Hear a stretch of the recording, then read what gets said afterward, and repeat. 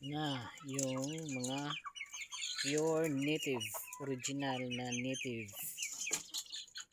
Tinatawag sa amin na patani. Ati.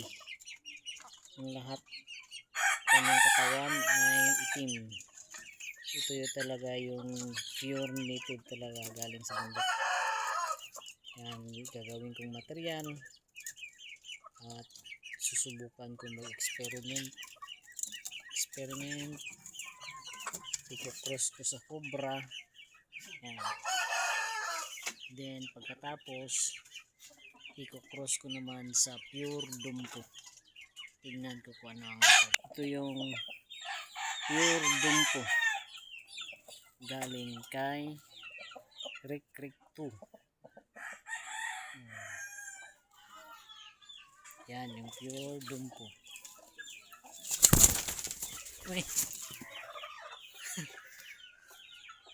Yan.